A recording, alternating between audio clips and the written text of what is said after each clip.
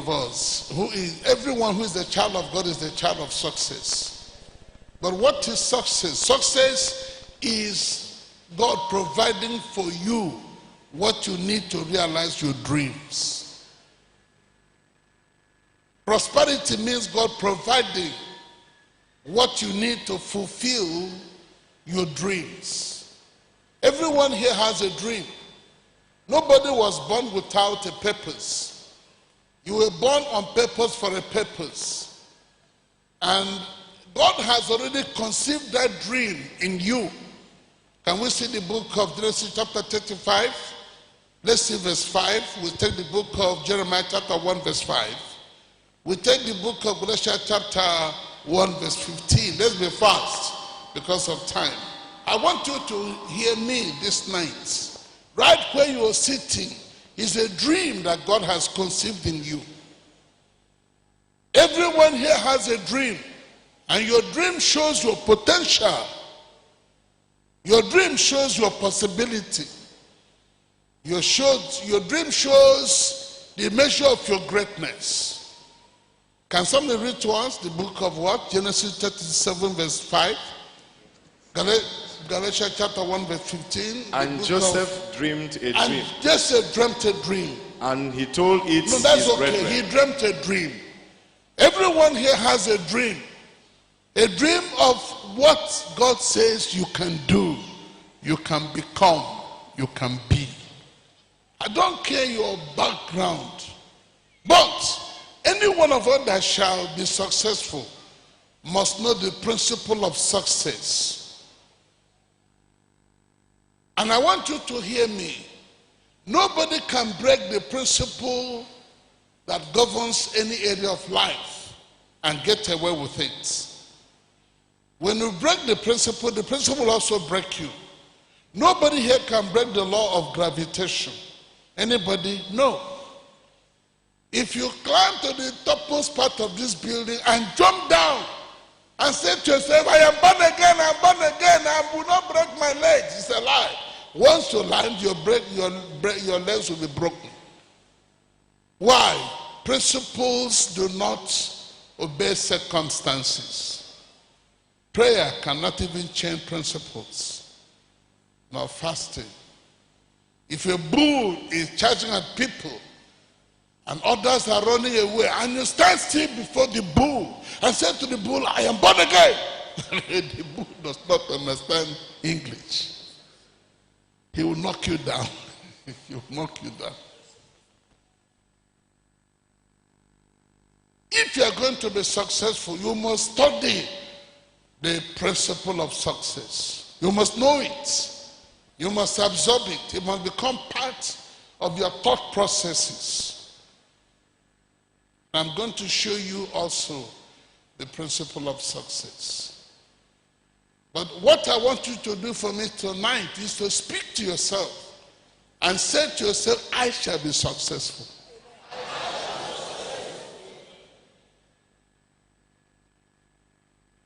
Circumstances will not change it. Men will not change it. Can we run down to chapter 37, verse 23 of the book of Genesis? I'm going to bring out a very beautiful aspect of life. What does it say? Chapter 23, verse 37 of the book of Genesis? Yes. Verse 23, verse 23 of 37. And it came to pass, when Joseph was come into his brethren, that they stripped Joseph out of his coat. His coat of many colors. Stop there. Circumstances can try to change and remove from you your coat of many colors given to you by your father. Men can take away that coat of many colors out of bitterness and envy, out of hatred. I want to make a very important statement. When they take that dress from you, they will not take the real blessings from you.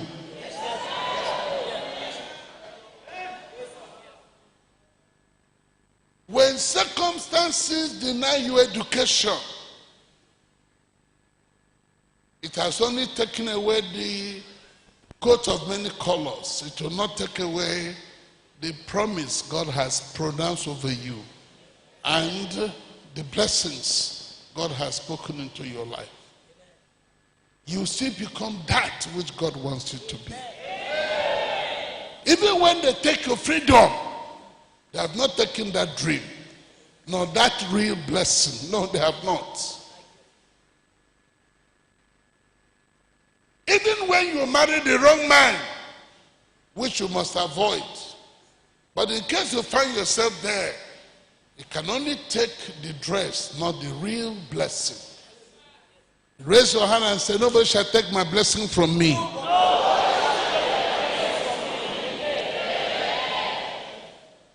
Not even circumstances.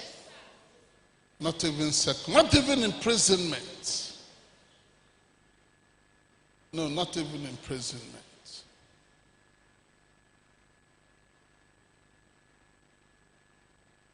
My uncle in 1958 said to me, Omar, for giving your life to Christ, you'll be nobody in this family.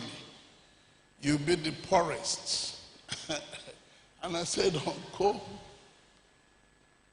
I have been driven away by you, but I'll follow Jesus. And as I follow him, I shall be the pillar of this family. When your enemies say you'll be nobody, don't forget to say something. Because if you shut up your mouth, you have approved and endorsed and validated and attested and confirmed and affirmed whatever they have said to you. When Goliath said to David, David, I will tear you. And David said, you have come against me with weapons, but I will come against you with the name of the Lord. Right where you are tonight, I want you to come against every enemy of yours with the name of the Lord.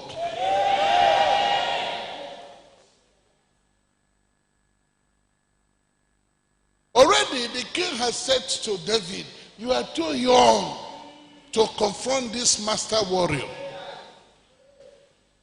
Even when you have nothing, that person God says you will be, nobody can take it from you. Let's see the book of Genesis, chapter 39, verse 20 and 21. And then we'll take chapter 41, we'll take verse 41. And Joseph's master took him. And Joseph's master took him. And put him into the prison. He locked him up and jailed him. A place where the king's prisoners were bound. But remember, even when he was jailed, the story was not over. And I want to announce that the story of your life is not yet over. It is not over until it is over. Yes, sir. Yes, sir. No, it is not over until it is over. Yes, sir. And do you know you also have a right to ignore the referee? When the referee blows his whistle and says, you have been pinned down, you have been defeated, you can ignore him. Because when they locked up Joseph in a prison house, the referee had blown the whistle that the match was over. But Joseph kept saying, this match is not over. It is not over. It is not over. It is not over. How many of you have noticed the traffic light in New York? It makes me happy. The traffic light says stop and wait. It does not say stop and sleep. It says stop and wait because the lights, the color of the light will soon change. Just wait. And you must wait. Don't surrender. Don't give up. Can you tell two persons, never you surrender or give up?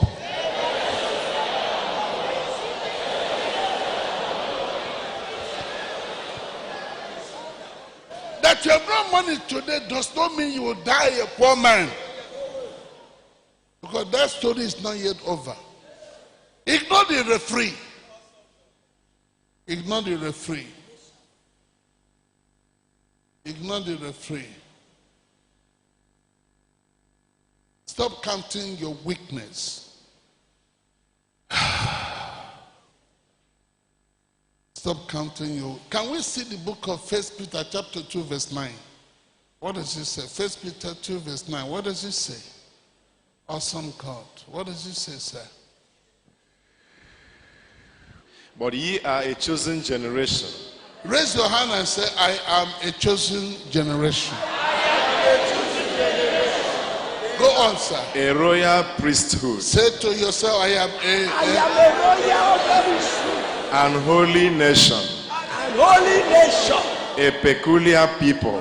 Peculiar people. That ye should show forth the praise of him who had called you out of... Raise up your hand and say, I shall show the praise of him who had called me. No, but let's see the book of Ephesians chapter 4 verse 1. There's something powerful I want to bring out there. Ephesians chapter 4 verse 1. What does it say?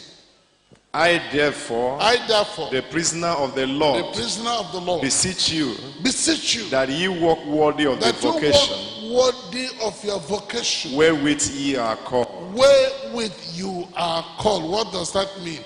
Every born again child of God has been called by God. You cannot come here every Wednesday if you have not been called by God. There is a prophetic covering that brings you here every Wednesday. There is something that makes you come. You may not understand it. It is because you have been called by God. You know, pastors have a way of making members look like small people. Say, I'm being called. I am an apostle. I am a prophet. If a one-young man came to see me, like, he just began by saying, sir, I am an apostle. But I want prayer for success. And I said, but you are an apostle. It's a way of intimidating other Christians. Whether you are an apostle, a prophet, doesn't mean anything. Every born-again child of God has been called by God. So when a bishop tells you he's a bishop, just take them and say, I am also called. Because a bishop is only an overseer. Just say, I'm also called. You've been called to be a child of God. And the Bible is simply saying, forget your bad family's background. Nothing irritates me like somebody saying in my family, nobody has ever prospered. Our ancestors are chasing. Hey, you are now a peculiar person. A royal priesthood. Your family, let them be what they want to be. You. Raise your hand and say, I shall be the main man of my family. No, last Saturday was my best day in the last 50 years. Elders of my village, leaders of my village, they came to see me with 2 goats and 20 tubers of yam to say you are the main man of this village.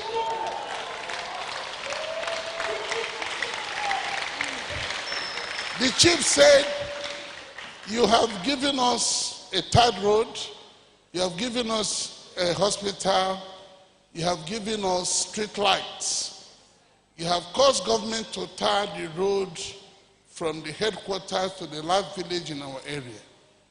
So we have come to honor you as the leading light of this community.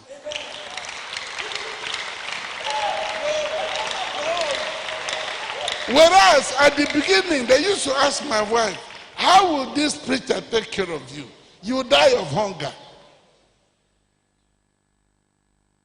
Die of hunger. And I said to them, let's see what tomorrow will bring. Never you do what? Surrender. I don't care what you're going through. You know, they locked up Ojukwu. No, not that he was a believer, but that aspect of him, let's pick it.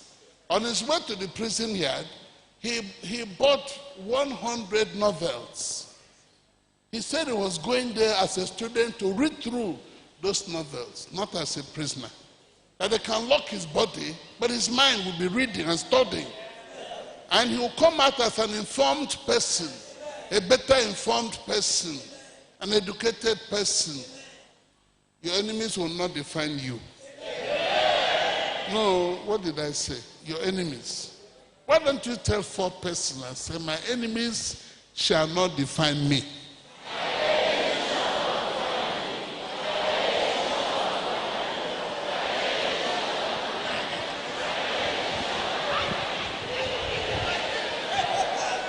And you will think about member. Ami moyo mami kwe. And you will think Jehovah. Ami moyo mami kwe. Ami moyo mami moyo mami moyo mami kwe. And you will think Jehovah. Ami moyo mami kwe. And you will think about member. Jesus. Ami moyo mami kwe. And you will think Jehovah. Ami moyo mami kwe. And you will think about member.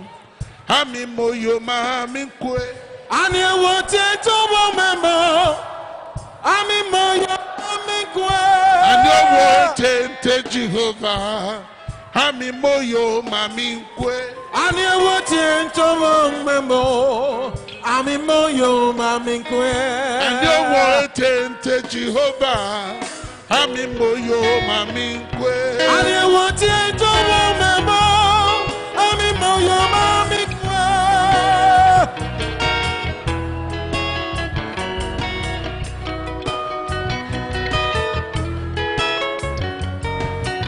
And you will think about member. Ami moyo mami kwe. And you will think about member. Ami moyo mami kwe.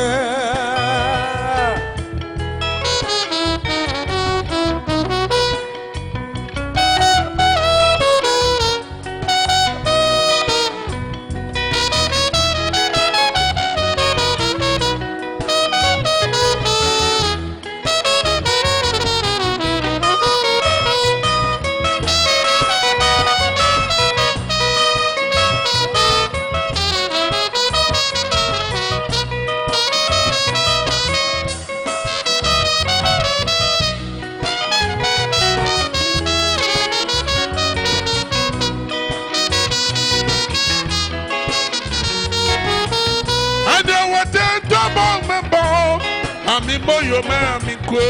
Ami moyo mami kwe. Ami moyo mami kwe. Ami moyo mami kwe.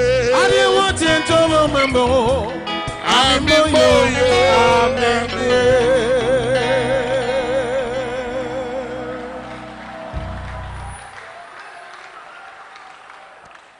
You know, last Saturday, we sang this song in Newi and said Thursday we set the place on fire. I am ashamed that people from this place cannot celebrate their gift of songs.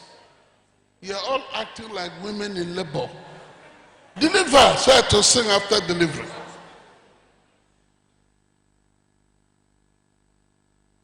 All those who cannot worship the Lord with songs died without being buried.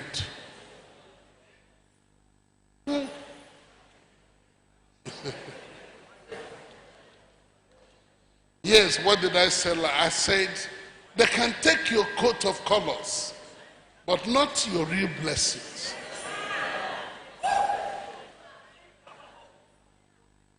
And I said, you must ignore the referee. When sickness stops you, just ignore the referee. Tell yourself, I'll make it.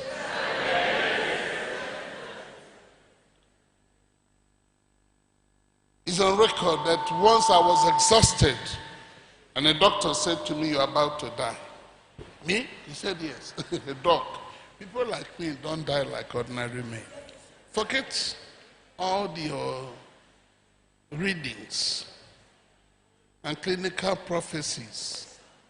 Forget them.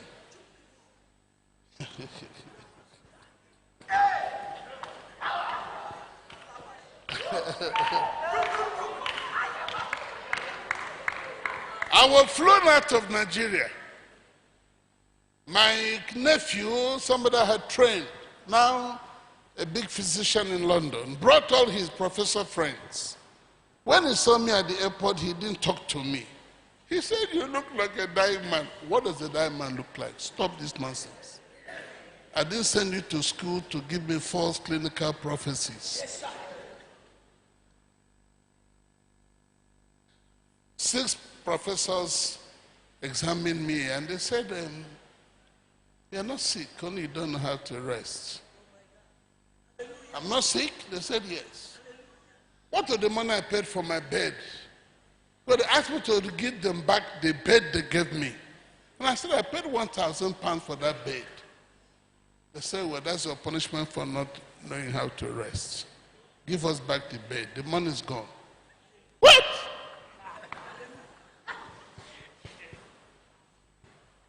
Anybody who wants to stop you must be ignored.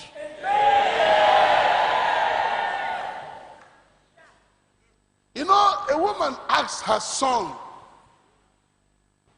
to eat solid food when the boy did not want to eat. And she flogged the boy to eat. As the boy was eating, the boy said to her, "Ma, I'm only eating on the outside. On my inside, I'm not eating this food."